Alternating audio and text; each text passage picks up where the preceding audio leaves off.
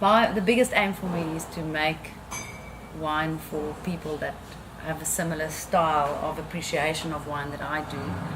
And I think the main thing for me is wine needs to have a heart and a soul. So all the wines have stories, and the grapes were bought from people that really put heart and soul into the farming. And I think if my wines can tell a story of where the grapes come from and how the people farm, and also how it's made in the cellar, all the stories involved in the cellar, then I think they have a much richer experience at the end. I mean, obviously, quality needs to be there, vineyards need to be there, but there also has to be a story for people to enjoy it. I mean, for me, the same food is the same. Like if you can get your piece of rump or your lamb from a specific region, with lamb that grazed on specific grass, then I think there's a richer experience involved. So for me, it needs to tell a story first of all, and then obviously quality needs to be like spot on, elegance, purity, and finesse.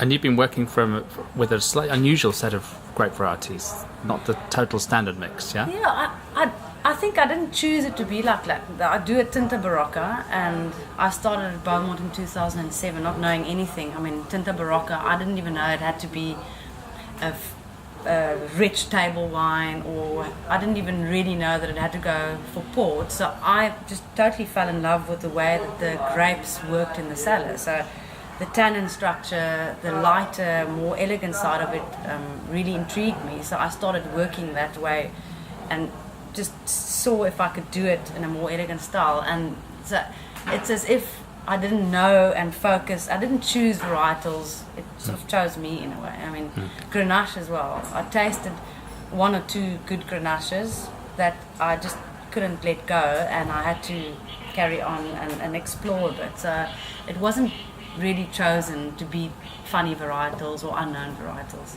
Do you think Grenache has a strong future here then? Absolutely. Absolutely. Why do you think I'm only making, almost only making Grenache?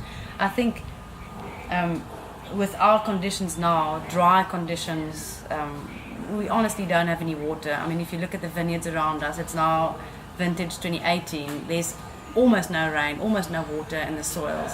And the only vineyards that from what I work with, the only vineyards that really perform now is the Grenache. I mean, they are thriving in these dry conditions.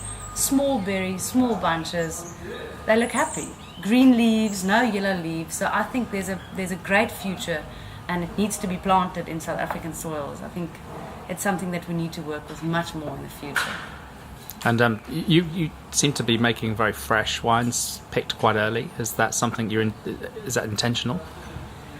I think I make wines that I like to drink. So for me, I always say if you drink a red wine and you can see through the wine, then it's safe to drink.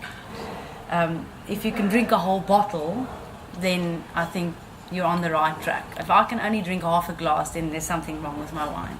I want to drink and enjoy it, and it needs to be a digestible wine. So I prefer the elegant style wines. Therefore, I think it shows in the wines that I make. So for the last 4 vintages, you've been working out of this cellar here, is that right? In Gabriel's? Yes. Yeah. How does that work? All fun and games. Yeah. Honestly, it might sound like that I'm praising the winemakers around here, but I wouldn't have been able to do it without John Peter Allen here.